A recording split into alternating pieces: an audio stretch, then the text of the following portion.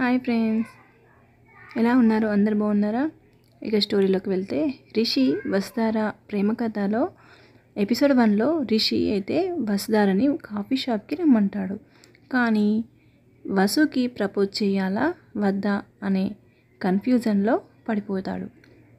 ఇదంతా నిన్నటి ఎపిసోడ్లో జరిగినది. ఈరోజు రిషి వసుకి లవ్ ప్రపోజ్ చేస్తాడా, అసలు చెయ్యడా, అసలు ఏం జరిగిందో మనం ఇప్పుడు తెలుసుకుందాం. ఇక స్టోరీలోకి వెళ్తే, రిషి అయితే మనసులో కన్ఫ్యూజన్ ముందు పుట్టి నేను తర్వాత పుట్టానేమో అని అనుకుంటాడు. వసు, ఏంటి సార్ రమ్మన్నారు, ఏదో మాట్లాడాలి అన్నారు, ఏదైనా సీరియస్ విషయమా అని అడుగుతుంది.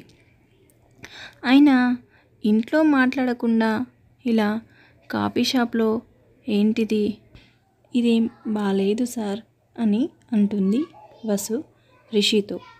ఇక రిషి అంటాడు, ఏంటో తను ముందే బెదరగొట్టేసింది, ఎలా చెప్పాలో అర్థం కాక నీళ్లు నములుతున్నాడు రిషి.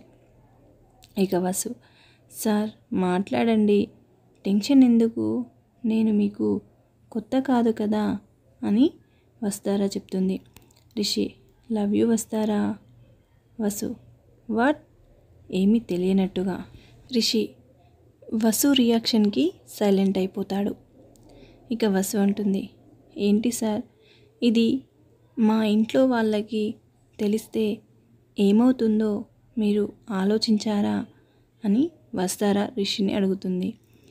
ఇక రిషి అంటాడు, మీ ఇంట్లో వాళ్ళకి తెలియకపోతే ఏమవుతుందో ఆలోచించాను వసుధార. ఐ వాంట్ యూ, నువ్వంటే నాకు ఇష్టం, నాకు నీతో కలిసి ఉండాలని ఉంది, నిన్ను నేను చాలా ఇష్టపడుతున్నాను, కానీ ఎప్పుడు చెప్పలేకపోయాను, ఇప్పుడు కూడా చెప్పకపోతే ఇక ఎప్పటికీ చెప్పాల్సిన అవసరం ఉండదు. కొన్ని రోజుల తర్వాత రిషి వసు వాళ్ళ మధ్య ఏదో చిన్న గొడవ వల్ల కొన్ని రోజుల వరకు వసు కనబడలేదు. ఈ మధ్యలో ఒకసారి రిషి వసు వాళ్ళ ఇంటికి వెళ్తాడు. ఒకసారి వసుతో మాట్లాడాలని. తనను చూస్తే మామూలుగానే ఉంది. తనను చూసి ఊపిరి పీల్చుకున్నాడు. అమ్మయ్య, నేను ఆయువు పోసుకున్నాను అని అనుకుంటాడు. ఇక రిషి, మేడం బాగున్నారా అని వసును చూసి పలకరిస్తాడు.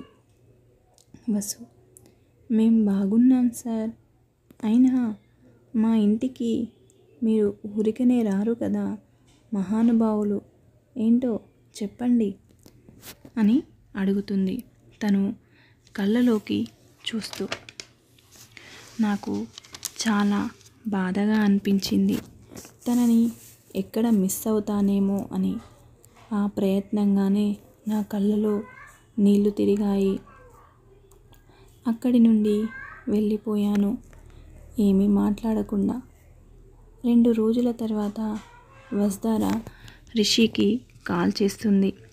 Vasu, Rishi sir, hello Rishi sir, ఎలా ఉన్నారు అని అడుగుతుంది.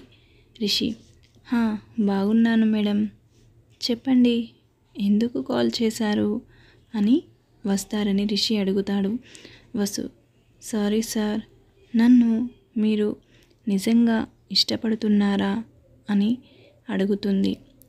రిషి, మాటల్లో చెప్పలేనంతగా ఇష్టపడుతున్నాను వసుధార, నువ్వంటే నాకు చాలా ఇష్టం అని చెప్తాడు. వసు, మాటల్లో చెప్పలేకపోతే పాటల్లో చెప్పండి జెంటిల్మెన్ గారు అని చిలిపిగా నవ్వేస్తుంది. ఆ చిలిపితనం, ఆ నవ్వు రోజు మళ్ళీ మళ్ళీ చూడాలనే కదా నా తపన అని అంటాడు రిషి. ఇలా అయితే రిషి వసుకి ప్రపోజ్ చేస్తాడు. కానీ వసు రిషి ప్రపోజల్ని లైట్ తీసుకుందని రిషి ఫీల్ అవుతాడు. అసలు రిషి ప్రపోజల్ని వస్తారా లైట్ తీసుకుందని రిషి ఫీల్ అవుతాడా, లేదా నన్ను ఆట పట్టించడానికి ఇలా చేస్తుందా అనేది మనం నెక్స్ట్ ఎపిసోడ్లో చూద్దాం. Thank you for watching.